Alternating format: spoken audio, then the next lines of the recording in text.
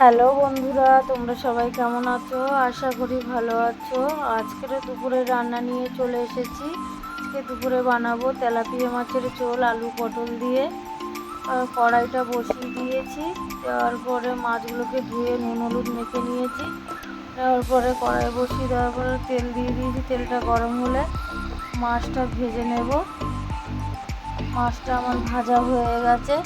এবার তেলে আর একটু সর্ষের তেল দিয়ে দিলাম। দেওয়ার পরে জিরা ফোড়ন দিয়ে দেবো। তারপর একটু পেঁয়াজ কুচি রেখেছি, তো কুচানো পেঁয়াজ দিয়ে দেবো।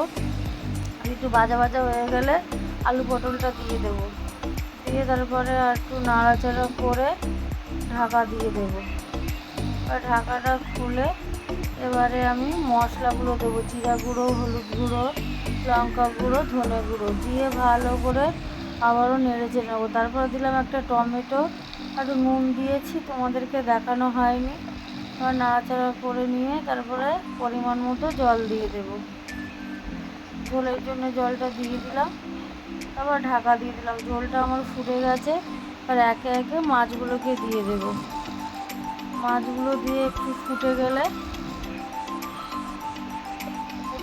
একটু কাসুরি মেথি ছড়িয়ে নামিয়ে নেব। তোমরাও বাড়িতে এভাবে বানিয়ে খাবে, ভালো লাগবে। পাতলা ঝোল।